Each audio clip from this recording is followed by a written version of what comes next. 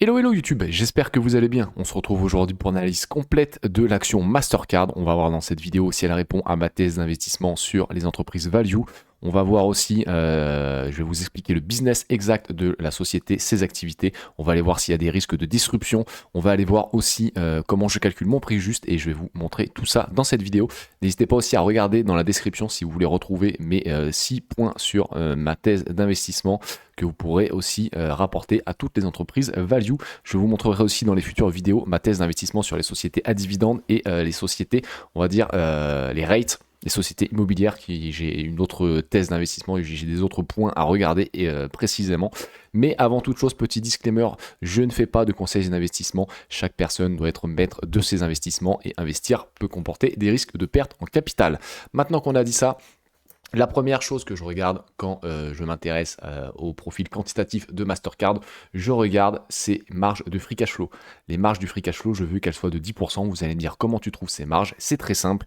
Je prends ma magnifique calculette, hop, qui est ici. Hop, je les avais déjà calculées, mais je les recalcule. Pour les besoins de la vidéo, ça fait plus stylé. Je prends mes free cash flow 14.31, pam, 14.31, je les divise. Non, j'ai mal écrit là. Ça commence bien. 14.31, hop, je divise ça par le chiffre d'affaires de 28 milliards 17, divisé par 28 milliards.17, et je multiplie par 100. Et vous avez des marges de 50%, des marges de free cash flow. C'est tout simplement impressionnant. Moi, je veux que mes sociétés aient des marges de 10%. Et je vais vous expliquer pourquoi. C'est tout simplement le pourcentage du chiffre d'affaires qui se transforme réellement en cash. Après avoir tout payé, notamment les CAPEX, et ça va être intéressant quand on va analyser les boîtes de tech, il faut qu'on ait une marge de free cash flow. C'est-à-dire que son CA soit transformé en free cash flow au moins 10%. Là, elle en transforme 50%. C'est incroyable. Donc, elle répond à ma première thèse d'investissement. N'oublions jamais que les free cash flow servent à payer les rachats d'actions, le dividende, investir dans les capex, passer une mauvaise pente si jamais il y a un crack ou quoi que ce soit, si vraiment il y a des problèmes dans la société, le free cash flow c'est vraiment la bouée de sauvetage. Donc ça, très intéressant. Notamment, il y a des... Enfin, regardez, quand vous faites des analyses, des sociétés peuvent avoir un bénéfice net positif, mais avoir des marges de free cash flow négatives, c'est-à-dire que la société brûle du cash pour pouvoir augmenter ses bénéfices, et ça, sur le long terme, ce n'est pas bon, ce n'est pas tenable, c'est pas sérieux, comme dirait Marc Toiti. Donc ça, on ne veut pas. Point numéro 2, pour mes entreprises value, je veux une marge de net en augmentation et de plus de 15%.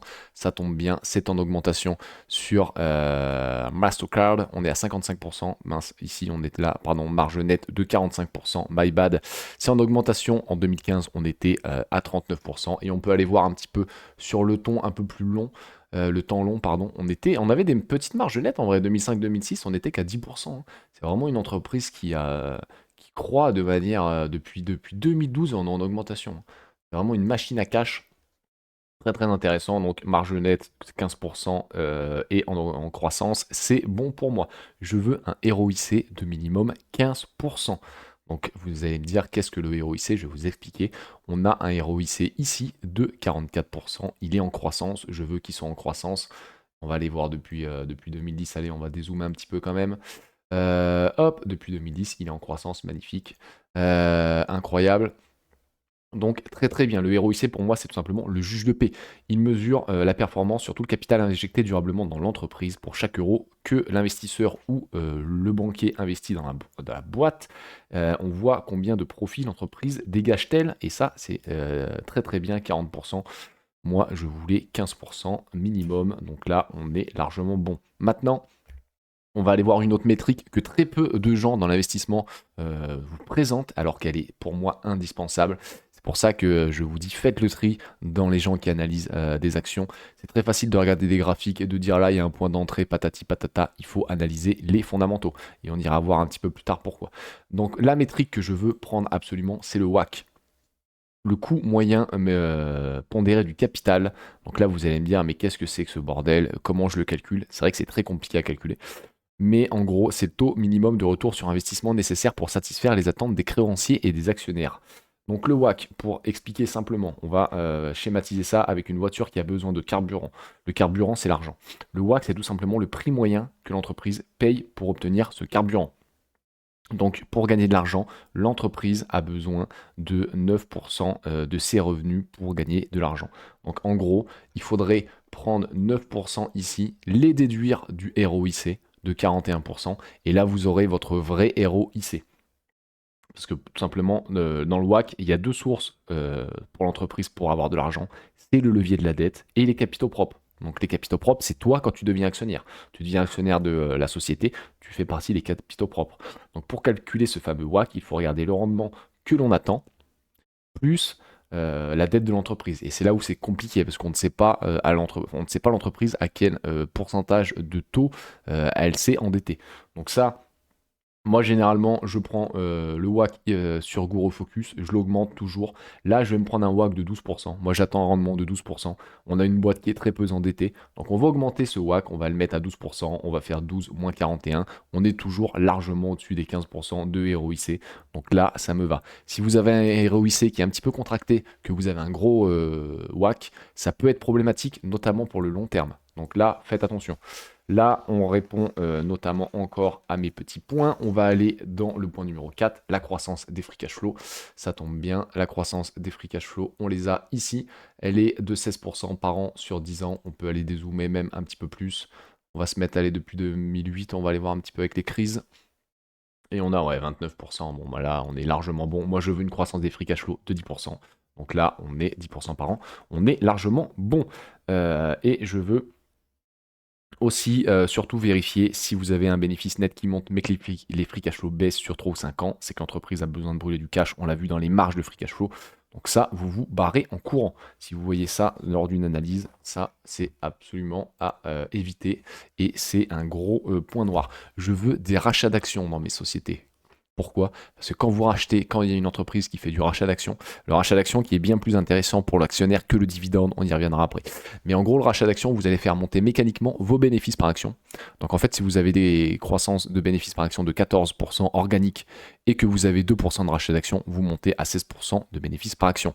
Et sur le long terme, les cours de bourse suivent souvent, enfin toujours, les bénéfices par action si vous prenez le bon multiple de valorisation, et on y reviendra après.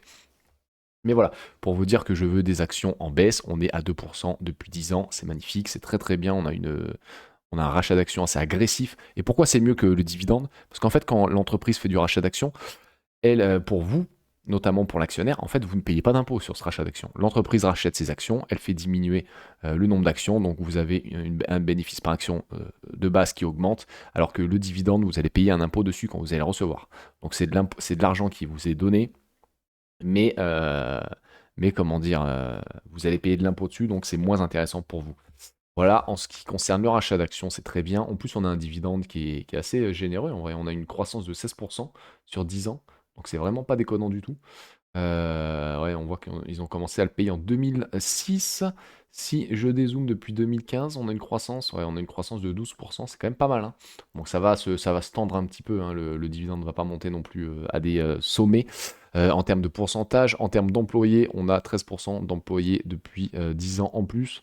Attention, les employés, avec l'avènement de l'IA, c'est une boîte qui va pouvoir aussi peut-être se séparer de quelques employés, donc faire encore plus de rendement, être plus efficient en termes de ROIC, il y aura moins de masse salariale. Le cash, moi je veux, dans mon 6e et dernier point de ma thèse d'investissement, je veux une dette sur EBITDA de moins 0,50 et on voit qu'on est à de moins 2,5, pardon, on voit qu'on est à 0,56, on est largement bon, on voit qu'on a une légère dette qui monte, mais ce n'est pas du tout, et encore, c'est même descendu un peu, ils ont un petit peu remboursé quand les taux étaient hauts, et là ils ont recommencé à se financer par de la dette en 2024, une fois qu'on avait les taux qui descendent, les taux qui sont descendus un petit peu, c'est très très bien, c'est très intelligent de leur part, on voit qu'on a un bon management. Donc maintenant qu'on a vu que ma thèse d'investissement, tous les points étaient acquis pour Mastercard, en même temps elle a un 20 sur 20 sur l'application, donc c'est une boîte très très solide. Maintenant on va essayer de comprendre le business, parce que c'est pareil, si vous analysez une action juste sur les métriques, mais vous ne comprenez pas le business, vous ne voyez pas où ça peut mener, et moi quand je fais des analyses, j'analyse sur 5 ans, je fais des prévisions sur 5 ans, parce qu'au-dessus c'est très compliqué, c'est pareil, ça sert à rien, c'est comme dans un slow avec sa sœur, ça ne sert strictement à rien. Si vous ne connaissez pas le business de la société, si vous ne pouvez pas l'expliquer, bah, n'investissez pas en fait. C'est pour ça qu'il faut investir sur des boîtes, pour moi, qui sont assez simples à comprendre. Il y a tout un tas d'entreprises que où je ne rentrerai pas, notamment les entreprises comme par exemple Constellation Software, qui rachètent des entreprises qui font du logiciel. Et il y a des tenants et des aboutissants que je n'ai pas, donc je n'investis pas dessus. Maintenant qu'on a dit ça, on va aller voir le chiffre d'affaires par activité. Et on va directement passer au premier chiffre d'affaires. Ça va être le Transaction Processing Assessment avec 13 milliards de revenus. On a une croissance de 10%. Et vous allez me dire, mais qu'est-ce que c'est? C'est tout simplement le lien entre la banque et l'acheteur. Quand vous allez dans un magasin, vous achetez, vous payez avec votre banque, et avec votre carte bleue. Et c'est le lien entre la banque de l'acheteur et la banque du commerçant. C'est tout simplement, c'est simple à comprendre. On a une croissance stable, c'est prévisible. Il n'y a pas énormément de croissance parce que maintenant tout le monde paye avec sa carte bleue. Il y a encore une génération, il y a encore quelques millions de personnes qui aiment bien payer avec du cash. Ça va s'estomper dans les années à venir. Donc on a encore une croissance à attendre sur ce segment-là. Et vous allez me dire qui c'est qui paye? C'est la banque qui paye au départ, mais après c'est pris sur vos frais de compte. Sur vos frais de compte, quand vous avez tous les mois les frais bancaires qui tombent, il y a une partie qui est donnée à la banque, mais la banque en redonne une partie aux deux entreprises qui sont Mastercard. Vous avez, par exemple, si vous avez une American Express, mais ça va certainement pas être le cas en Europe, et Visa. C'est un duopole, hein. On a Visa et Mastercard. Vous avez aussi American Express, ça va être plus pour le segment luxe, entre guillemets, des gens un peu plus fortunés. Vous avez aussi Union Pay, ça va être pour l'Asie, notamment en Chine, mais ils peinent à avoir des parts de marché en Europe et aux États-Unis. Donc pour moi, c'est vraiment plus un duopole, Visa et Mastercard. Et Mastercard est mieux placé dans le segment Value Add que Visa. On ira voir le segment Value Add juste après. Vous avez aussi les Domestic Assessment pour 10 milliards. Donc ça, c'est très simple à comprendre aussi, ce sont les frais de transaction à l'intérieur d'un même pays. C'est la croissance la plus faible car le marché est déjà saturé de cartes. Donc ça, c'est pas bien compliqué à comprendre, c'est pareil, c'est devenu stable, c'est devenu des revenus récurrents, prévisibles. Qui paye, c'est la banque qui paye au départ, encore comme les transactions. Mais en fait, elle les répercute tout simplement sur les terminaux. En fait, la banque, dès que vous avez un commerçant qui loue un terminal, ils vont payer X euros, et sur ces X euros, il y aura une partie qui sera revenue à Visa ou Mastercard, suivant le nombre de personnes qui payent avec leur carte bleue. C'est pour ça que quand on va regarder les rebates et incentive cost, on va aller voir pourquoi Mastercard paye 17 milliards aux banques, parce que le business de Mastercard, c'est d'essayer que le plus de monde possible ait une Mastercard dans les mains. Parce que si vous avez une Mastercard dans les mains, vous allez payer, ça va revenir dans leur poche, donc ils vont payer les banques pour essayer de donner de plus en plus de cartes Mastercard. Donc nous, on est parti sur les cross-border assessment. Et là, on est à une croissance de 21%. On a 21% de croissance annualisée. C'est la plus grosse croissance de tous les segments. C'est tout simplement quand vous avez une carte Mastercard qui est émise en France, quand vous partez en vacances aux États-Unis, en Italie, je ne sais où, si vous payez avec cette carte, vous allez tout simplement payer des cross-border assessment et vous allez payer des frais parce que vous n'êtes pas dans votre pays où la carte a été émise. Donc ça, c'est important de prendre ça en compte, de prendre ça aussi c'est un très très beau segment, une croissance annualisée de 21% et 10 milliards de revenus. Donc voilà, plus Mastercard va distribuer de cartes, plus elle va pouvoir avoir de rendement. Et pour distribuer de plus en plus de cartes, on a les rebates et incentives cost, comme on a vu. On voit qu'on est sur une croissance de 16%, donc ils distribuent de plus en plus d'argent. Pourquoi? Parce qu'en fait, je l'ai déjà dit, hein, mais pour que Mastercard gagne de l'argent, il faut que les banques proposent des Mastercard. Donc, qu'est-ce qui se passe? C'est que l'entreprise leur reverse une partie de frais sous forme de remise. Avec un duopole, les deux entreprises s'entendent entre guillemets sur le montant des remises. Et vu qu'on a un duopole, ce qui est extrêmement intéressant, c'est qu'aucune entreprise n'a intérêt à mettre l'autre au tapis. Ce qui voudrait dire que d'autres entreprises peuvent rentrer sur le marché. Donc, en fait, ils vont essayer de verrouiller le marché. Que ce soit Mastercard ou Visa, les deux entreprises vont verrouiller avec des marges et des incentives cost qui vont se ressembler. Donc là-dessus, on a bien compris le business. Et le meilleur segment pour moi, c'est le value add. C'est tout simplement le segment entre guillemets IA, le segment tech de l'entreprise. On va avoir un premier point sur le value add avec des bénéfices annualisés, enfin des croissances annualisées de 14% et un bénéfice un CA de 10 milliards.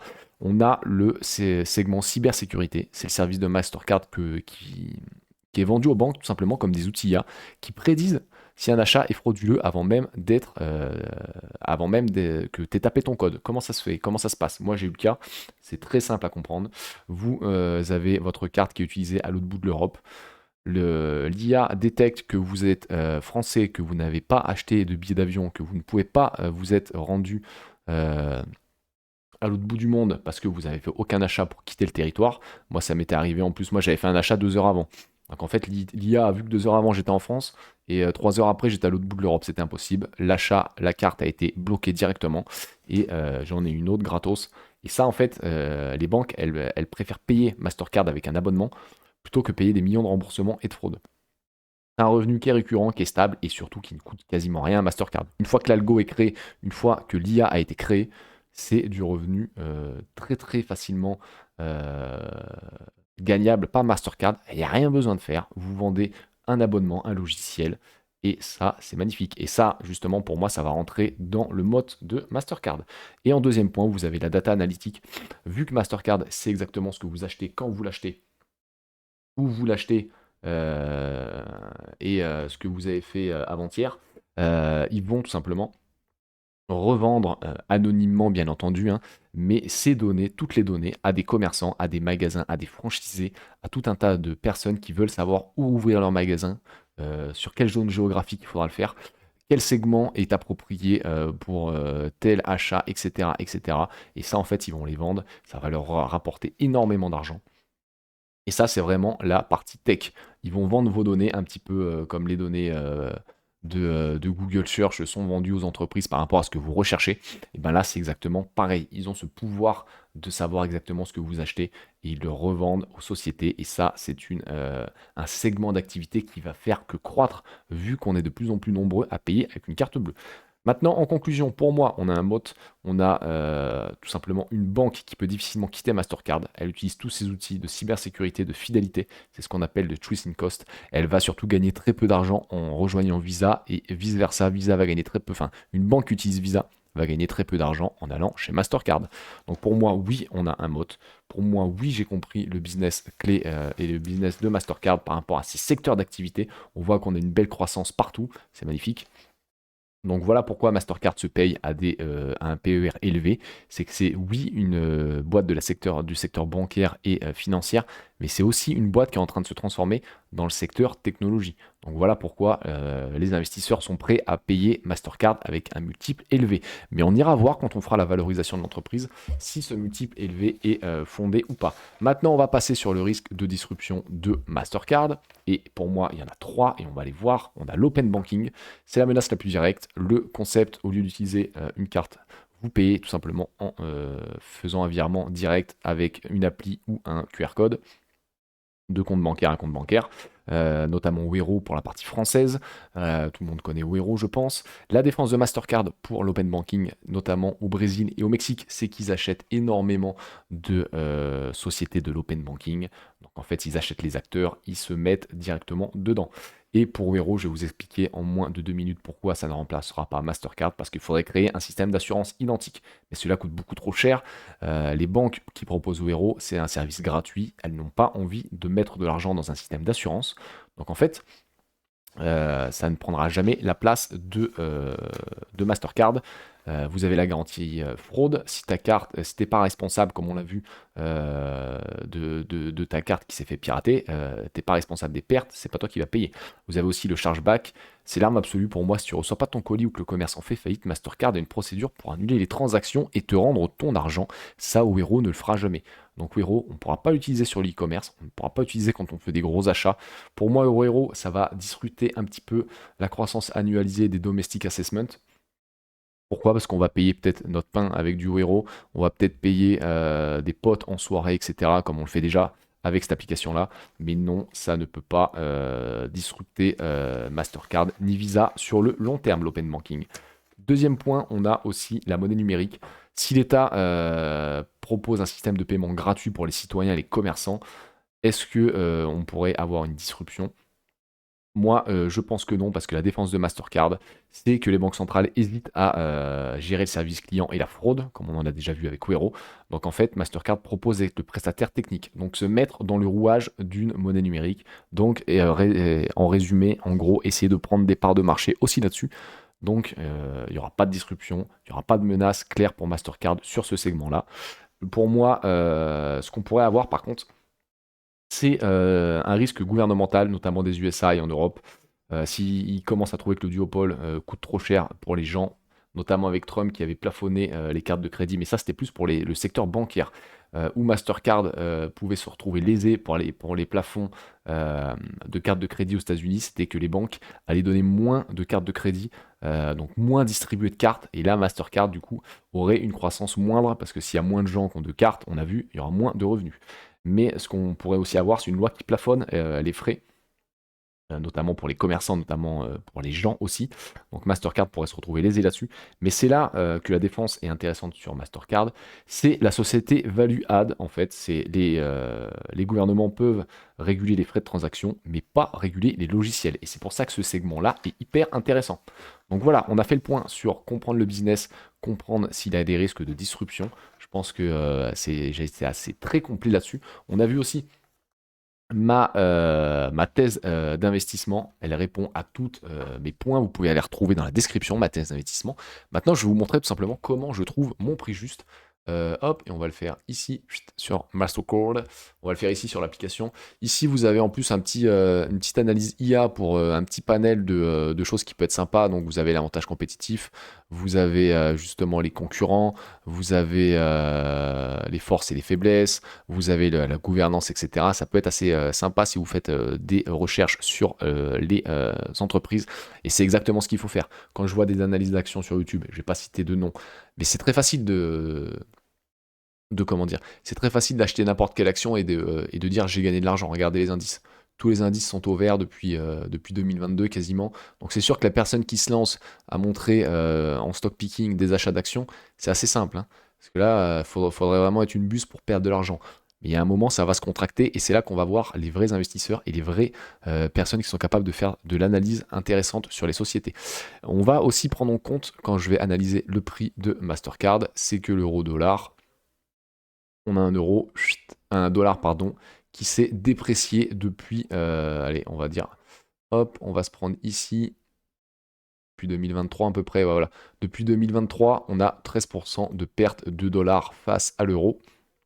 C'est-à-dire quoi? C'est-à-dire que quand vous allez acheter une société cotée en dollars, vous avez 13% de perte sur 3 ans, juste à cause du change. Donc ça, il va falloir le prendre dans la valorisation et dans le prix juste. Il faut se protéger aussi là-dessus. Donc comment on va faire?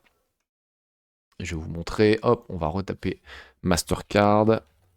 Moi, j'ai deux façons de faire, très très simple, vous allez voir. Et même si vous ne voulez pas aller sur l'application Bagger, vous pouvez le faire aussi vous-même et ça sera gratuit. Donc moi, je prends mes bénéfices par action. Sur Mastercard, on a des prévisions de 15. Donc moi, je vais mettre des prévisions de 12 organiques, plus 2 de rachat d'actions.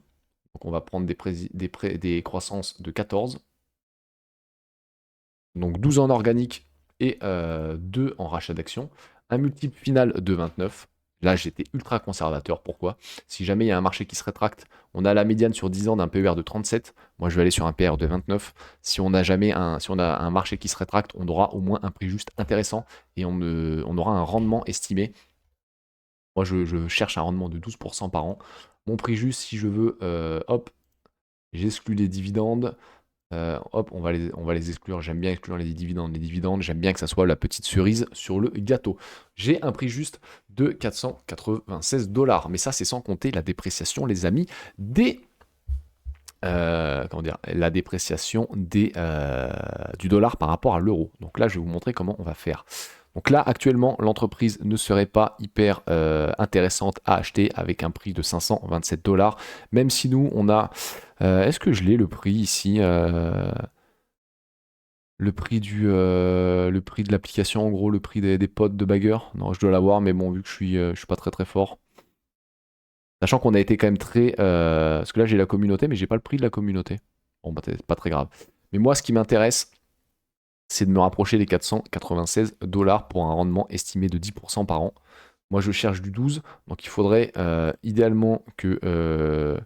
Pourquoi ça me dit ça alors que je veux du 12? Ah, ouais, parce qu'en fait, il faudrait que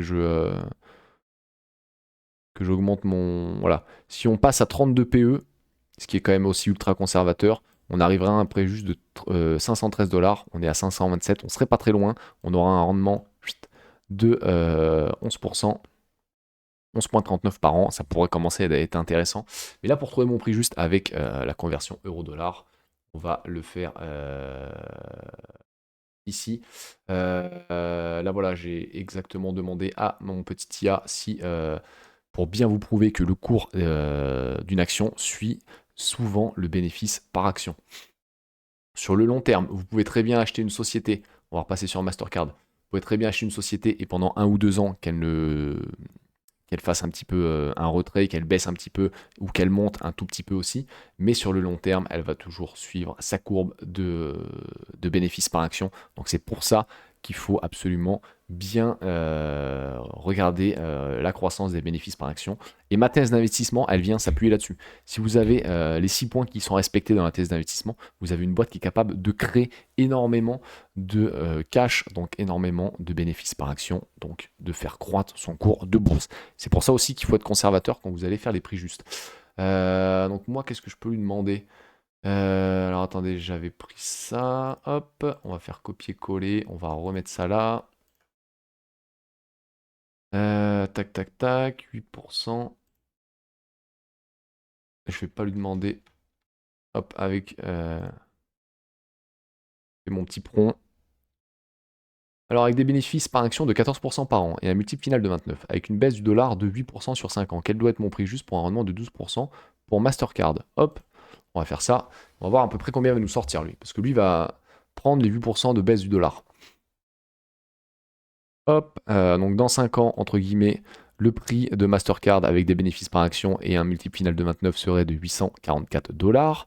Mon prix juste actuellement serait de 480 dollars. Donc mon prix juste pour avoir 12% de rendement, se protéger avec le multiple, se protéger aussi avec les bénéfices par action et surtout avec une baisse du dollar, parce que si vous ne vous protégez pas avec une baisse du dollar, ça va tout simplement flinguer vos revenus, enfin flinguer vos rendements, pardon. Vous aurez un rendement estimé qui ne sera pas bon. Après, si vous incluez les dividendes, ça augmente. Mais les dividendes, je ne sais pas si quand on les inclut sur le site, on a une partie. Est-ce que la partie taxe est prévue? Parce que quand vous touchez des dividendes sur CTO, Mastercard s'achète sur CTO, vous allez payer des impôts. Donc ça, il faut le prendre en compte. Je ne sais pas si c'est pris en compte. Mais voilà, en étant hyper conservateur, et il faut l'être, on ne sait jamais, on peut avoir des croissances des multiples finaux qui commencent à se tendre un petit peu. On est sur une hyper haute croissance des marchés, mais il y a un moment, les marchés ne peuvent pas monter au ciel. Il y aura forcément des multiples qui vont un petit peu se rétracter, donc il faut être au courant de ça, il faut surtout regarder ça. Moi, encore une fois, ce n'est pas du conseil, un investissement. Je commencerai à regarder la société de plus près si elle se rapproche des 500 dollars. Ça m'intéressera fortement, parce que là, on aura une marge de sécurité un peu plus grosse pour l'instant sur Mastercard. Moi, je me suis positionné, vous l'avez vu, si vous n'avez pas vu ma dernière vidéo, allez-y sur Ferrari. Ferrari, pour moi, il y avait un bon coup à jouer. Je pourrais aller vous la montrer tout à l'heure. Et je voulais aussi regarder, alors attendez, je ne sais plus où je les ai, mais voilà, ce que j'aime bien aussi chez Mastercard, et c'est pour ça qu'en étant conservateur, je suis quasiment sûr de gagner avec, c'est que Mastercard a toujours battu son estimation de bénéfices par action. À part une fois en 2020 avec la pénurie, sinon à chaque fois Mastercard défonce ses prévisions de bénéfices par action et elle ne les défonce pas un petit peu. Des 3%, 2%, on avait du 8, on a eu quand même des belles petites surprises à chaque fois. Bon, ça s'est tendu un petit peu à la fin, on va dire, c'était peut-être un petit peu moins haut, mais à chaque fois Mastercard elle les a battus à 97%. Donc en étant conservateur, vous avez en plus une magnifique prédictibilité du cours et vous pouvez vraiment vous protéger sur le dollar, vous protéger avec un multiple final, vous protéger avec des bénéfices par action qui sont souvent battus. Donc là, vous avez surtout une bonne visibilité sur la société. Pour moi, la société remplit absolument toute ma thèse. Je comprends le business. Et à partir de 500 dollars, je pense que je commencerai à mettre une cartouche dessus. Donc il faut que ça baisse encore, hein. Il faudrait que ça baisse encore de 5-6%, et on va voir parce qu'il y a des résultats. Les amis, il y a des résultats de Mastercard le 29 janvier 2026, mais j'ai peur que l'entreprise batte encore ses EPS et du coup remonte mécaniquement. À voir, à voir, à voir. Mais en tout cas, Mastercard m'intéresse fortement. On va aller switcher vite fait sur Ferrari. Hop, et je vais vous montrer. Elle est bien notée aussi, elle est à 16,5. Dans Ferrari, pour moi, il y avait un plus gros coup à faire en termes de valo. Parce que Ferrari, moi je l'ai estimé en... Hop, avec un PER de, si je dis pas de conneries, ouais voilà, j'ai mis un PER de 34, donc on est bien loin de sa médiane. On a un préjugé de 281 pour un rendement à 11% par an. On est largement bien. On est passé dessous. Le cours de bourse est passé dessous ses EPS, ses prévisions d'EPS. Donc là, pour moi, c'est un beau petit signal d'achat. Moi, j'ai mis une petite banderille dessus à 200, à 283, à 284, il me semble.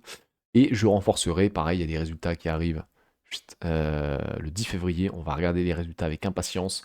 Et je renforcerai parce que c'est une société qui est très intéressante, qui a du skin in the game hein, avec comment dire, la famille Agnelli, etc. Et la famille Ferrari aussi qui est toujours dedans. Et voilà. Donc moi je me suis positionné sur Ferrari, j'ai fait l'analyse complète de Mastercard, j'espère que ça vous a plu. N'hésitez pas à me dire en commentaire et surtout méfiez-vous des gens qui vous vendent des formations à 2 balles sur YouTube et qui vous font des analyses au doigt mouillé. Moi les analyses elles sont simples, claires, concises et j'espère que ça va vous aider à bien comprendre de comment analyser une action et d'être surtout conservateur sur votre prix si vous voulez avoir des performances. On peut aller voir les miennes, je vais pas vous mentir, j'ai déjà fait une vidéo sur mon portefeuille pour le mois comment dire, de janvier. Hop, on va aller voir ici. Et on est à 5% de performance. En 2025, je n'ai pas fait moins 0,24, c'est que je n'avais pas, comment dire, je l'avais pas synchronisé mon portefeuille. Je faisais tout manuellement, comme un teuteux, comme un petit golem. Là maintenant, je l'ai synchronisé, j'avais 20% de performance en 2025, ce qui n'est pas incroyable, parce que ce que je peux vous garantir, c'est qu'avec des marchés qui montent comme ça, c'est très simple d'avoir des bonnes performances. Maintenant, en étant conservateur, en se prenant des marges de sécurité, en rentrant patiemment sur les sociétés, vous allez continuer d'avoir des belles performances, même quand le marché va se rétracter. En tout cas, c'était la finance perso. N'hésitez pas encore une fois à vous abonner si le contenu vous a plu. N'hésitez pas à me dire en commentaire ce que vous voulez retrouver comme future analyse d'action. Ciao, ciao.